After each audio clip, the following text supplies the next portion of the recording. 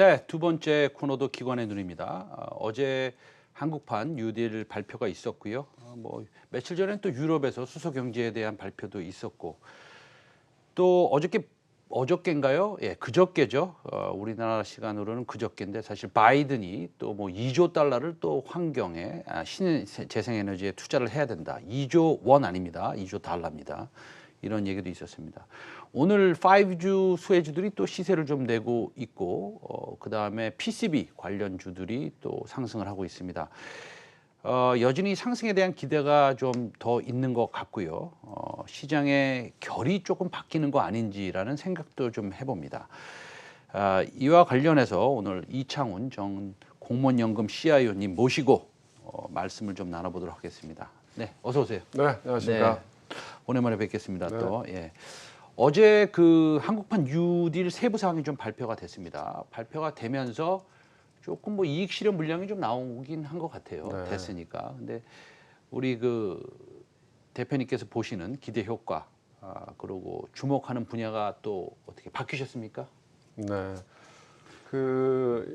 이 방향성에 대해서 제시를 잘 해주고 있는 것 같아요. 네. 그러니까 이제 과거에 뭐 이렇게 정부가 재정 지출을 하면 전체적으로 뭐 토목공사라든가 당장 말하자면 그 고용을 창출할 수 있는 쪽으로 그런 쪽으로 많이 들어갔었는데 이번에는 이제 그 디지털하고 그다음에 환경, 그린 이렇게 두 가지 그 주제를 갖고 혁신 성장 쪽으로 드라이빙을 하겠다 이렇게 방향을 제시한 네. 거잖아요. 네.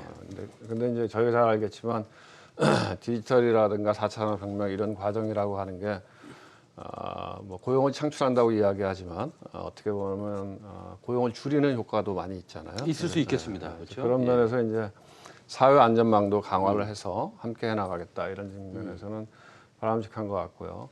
근데 이제 이미 그 관련돼 있는 그 주가들이 선반영을 많이 했잖아요. 네. 그래서 오히려 이제 어제 발표가 나오니까 개별 중소형주 같은 경우에 많이 오른 것들은 오히려 이제 차익 실현 매물이 나오면서 빠지는 모양들을 네. 보였는데요.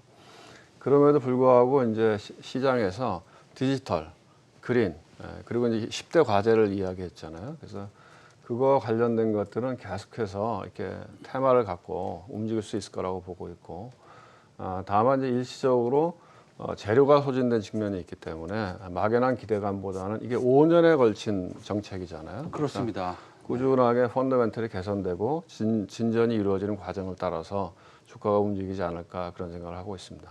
알겠습니다. 그러니까 말씀하셨듯이 그 디지털 뉴딜 그리고 그린 뉴딜의 종목들이 여러 개 많지 않습니까? 네, 근데 그 중에서 잘 고르면 사실은 펀더멘털이 좀 다른 종목보다는 우선적으로 좀 개선되는 종목들이 좀 있긴 있을 겁니다. 네, 분명히 그런 종목들을 가지고 있는 게 낫다. 막연한 기대감으로 올랐던 것은 이익 실현하는 것이 좋겠다. 네.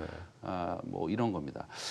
어제 그 사실은 미국에서도 브레이너드 그 연준 이사가 또 다시 뭐 그 자산 매입을 지속할 필요도 있다. 뭐 이렇게 나왔고 그 전날에는 또 다른 분이 뭐 자산 매입 뭐 회수해야 되는 거 아니냐.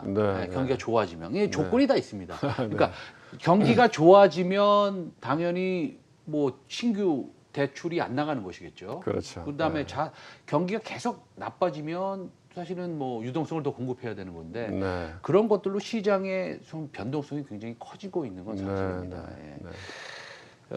뭐 혹시 보셨겠지만 그 테슬라도 뭐 2,300불인가요? 뭐 타겟 프라이스를 또 가지고 나오는 애널리스트도 생기고 시장이 좀 재밌게 돌아가고 있습니다.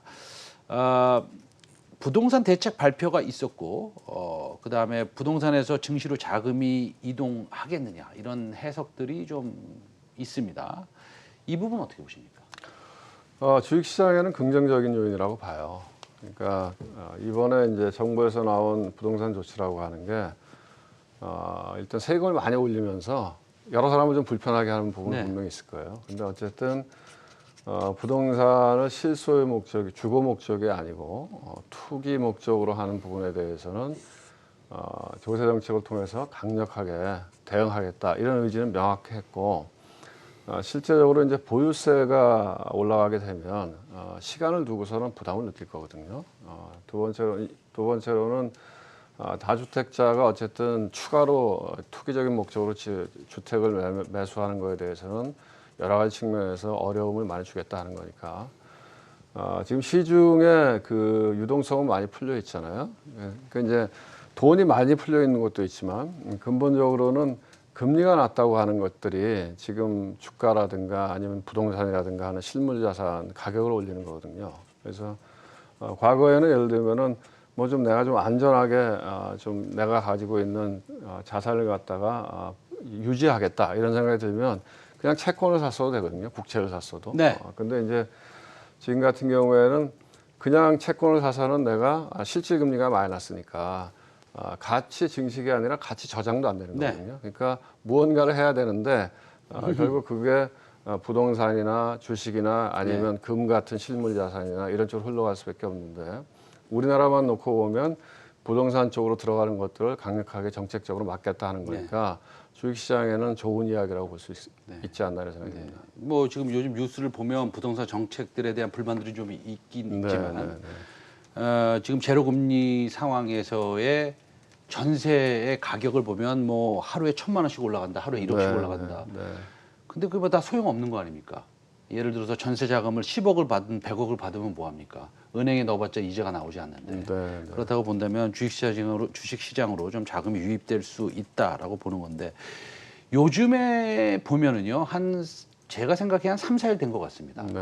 물론 뭐 시장이 너무 빨리 바뀌기 때문에 이렇게 단기적인 이슈에 대해서 질문을 드리기는 좀 사실 저도 민망하긴 하지만 이 언택트에서 약간 콘택트로 바뀌는 느낌이 좀 듭니다. 왜냐하면 백신의 이슈가 있어서 그런 것 같아요. 그러고 보면 사실은 이 반도체라는 게 어떻게 보면 언택트고 어떻게 보면 콘택트 아니겠습니까? 예, 그래서 이 반도체 관련 오늘 보시면 뭐 BH도 뭐 거의 상한가에 뭐 도달했고요. 오늘 뭐 이 PCB 관련 회사들 예, 이런 것들이 사실은 약진을 하고 있습니다. 그러면 이런 언택트에서 예를 들어서 네이버하고 카카오를 뭐 사실 갈 만큼 갔다고 보고 좀 쉬었다가 또 가겠지만 그러면은 지금은 약간 삼성전자 쪽 아니면은 좀 컨택트 쪽 이쪽으로 조금 백신의 이슈가 나오니까 이렇게 보는 게 맞겠습니까? 일리가 있다고 봐요. 왜냐하면은 시장에서는 어쨌든 뭐 성장 가치라고 하는 것, 그다음에 워낙 이제 코로나 이후에 경기 침체나 저성장이 고착화돼가는 상황이기 때문에 무언가 이제 새로운 성장을 만드는 쪽으로에 대해서는 굉장히 밸류에이션을 높게 주면서 주가가 많이 올라갔는데 이게 달도 참은 기운다고 너무 벌어질 수는 없잖아요. 그렇습니다. 그래서 우리가 이제 어떻게 보면 밸류에이션의 어떤 기본적인 것들로 뭐 자산 가치를 볼 때에도 한쪽은 뭐 PBR이 막 10배, 20배 돼 있고 한쪽은 PBR이 뭐 0.5배, 0.3배 이렇게 돼 있으면 이 너무 그 양극단으로 벌어진 것들은 좁혀질 필요가 있다. 그래서 한쪽으로는 또 이제 매수도 많이 쏠렸으니까 굉장히 불편한 거죠. 그러니까 이제 테슬라 말씀하셨지만 이틀 전인가 테슬라 주가가 1,800불 근처까지 갔다가 그날 무너져서 1,400불 정도로 끝났으니까요. 그래서 지금 국면은 어떻게 보면 여기서 지수가 더 가려면 최소한 뭐 백신 이슈가 아니라도 이 밸류에이션 갭을 좀 메꿔야 된다. 이제 그런 측면이 있고요. 또 하나는 이제 제가 뭐 전문가는 아니지만 전문가시잖아요. 아니 백신에 대한 전문가, 백신에 대한 전문가 코로나에 대한 전문가는 아니지만 뭐 백신이 나왔다는 얘기 여러 번 들었잖아요. 그렇습니다. 근데 그냥 상식적으로 봤을 때는 이제 그런 것들이 상용화되는 데까지는 시간이 좀 걸리겠죠. 이제 그럼에도 불구하고 사람들이 생각할 때 어쨌든 시간의 문제지 언젠가는 좋아지겠구나 이렇게 생각할 것 같고 그렇게 되면 그동안에 이제 밸류에이션이 굉장히 낮아져 있는 뭐 경기 관련 주식 오늘도 보면 뭐 삼성전자, 현대차 이런 것도 움직이잖아요. 포스코도 움직이고 그런 쪽이 좀 올라와 줘야 소위 얘기해서 우리가 이야기한 지수가 정고점을 뚫을 수 있을 것 같다는 생각이 들고 반도체는 제가 말씀드리면은 뭐 삼성전자나 SK하이닉스나 2분기는 실적들이 다 잘 나왔잖아요. 그럼에도 불구하고 주가는 계속 조정을 받았잖아요. 기저에는 반도체 스팟 프라이스가 계속 떨어지니까. 그러니까 이제 지금 나오는 실적은 과거에 반도체 가격에 기저한 고정거래 가격으로 나온 실적이니까 3분기에는 실적이 안 나올 거다 이렇게 예상하는 거죠. 그거는 뭐 예상이 되는데 최근에 보면 반도체 가격이 하락하는 속도가 점점 둔화되고 있거든요. 그러니까 어떻게 보면 반도체가 바닥 근처에 왔을 수도 있는 거거든요. 네네. 그러면은 이제 반도체 관련 주식들은 실적보다는 반도체 가격에 연동하는 움직임이 있으니까. 네. 그다음에 또 하나 이제 말씀하신 대로 반도체라고 하는 게 언택트와 컨택트 양쪽에 다 들어가는 거니까 어떻게 보면 이제 과거에 우리가 경기 민감주하면 철강, 화학 이런 얘기를 했지만 경기 민감주로 볼 수도 있는 거죠. 그런 면에서 상대적으로 밸류에이션도 싸고 그러니까 시장에서 좀 이렇게 지켜볼 필요가 있다는 생각이 듭니다.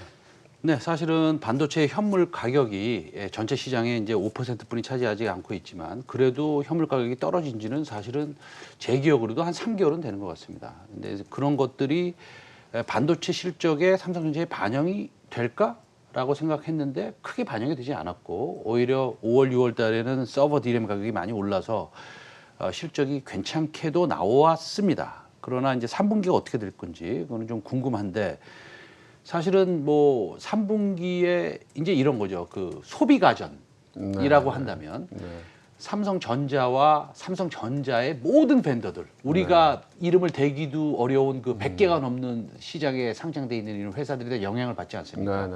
그 중에서도 핸드폰 관련된 회사들이 굉장히 많지 않습니까? 그런 회사들한테 영향을 분명히 줄 텐데 사실은 3분기, 4분기 되면서 만약에 뭐 백신이 좀 비슷하게 나온다. 뭐 나온다고 분명히 미국에서는 떵떵거리고 있으니까요. 안 그럴 것 같은데. 그러면은 사실은 반도체도 반도체지만 스마트폰 쪽에 핸셋 쪽에 그 실적이 좀 좋아질 것 같고 그러면 또 반도체도 거기 또 많이 들어가야 되니까 뭐 이런 것들이 있기 때문에 사실은 이제는 약간 콘택트도 조금 포트폴리오에 섞어놔야 된다. 그래서 이제 그거 지금 앵커님이 말씀하신 대로 우리가 주가에서도 반영하고 있는데 예를 들면 이제 우리가 SK 하이닉스, 삼성전자, LG전자 이렇게 보면 최근에 LG전자 주가가 제일 강했잖아요. 그렇죠. 그다음에 삼성전자가 지금 중간 정도에 있고 하이닉스는 밑에 있잖아요. 그러니까 여기는 반도체만 하는 회사고. 그렇죠. 이제 반도체라고 하는 누구나 아는 거죠. 3분기 반도체 실적은 안 좋다. 왜냐하면 2분기 가격을 반영해서 컨트랙 프라이스가 정해지니까요. 근데 반면에 이제 다른 분야들 지금 이제 완전 언택트에서 조금씩 풀려나가니까 그렇습니다. 그러면은 컨택트와 관련된 가전이나 핸드폰이나 이런 것들은 나아지지 않겠냐. 그렇습니다. 이제 그렇게 시장도 다 인식을 하고 있는 거죠. 잘 알겠습니다. 마지막 질문을 좀 드리겠습니다. 저번에 이제 출연하실 때 시장을 조금 뭐 어둡게 보신다고 말씀은 드리는 건 아니고 조금 뭐 조심하면 나쁜 거가 뭐 있겠느냐. 항상 보수적으로 생각하고 천천히 한번 해보자. 뭐 이런 사실은 톤이셨습니다. 톤의 매너를 제가 말씀드리면 지금은 뭐 똑같으십니까? 그러니까 장기적으로는 주식이 좋다고 봐요. 장기적으로는.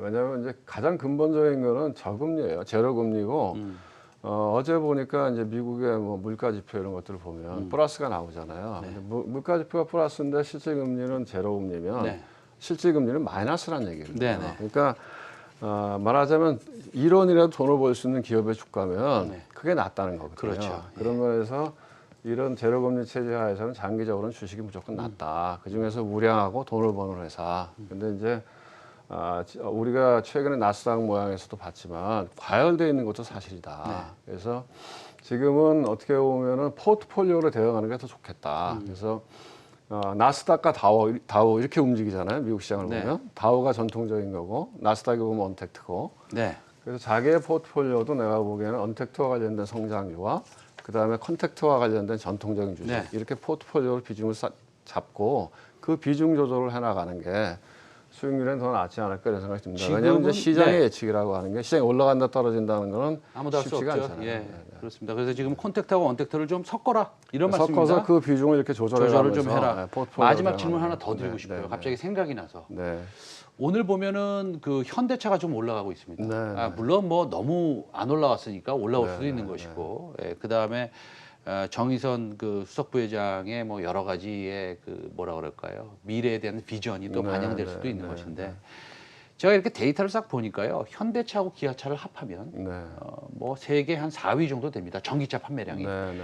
현대차만 단독으로 놔도 한 뭐 6위 정도 이렇게 됩니다.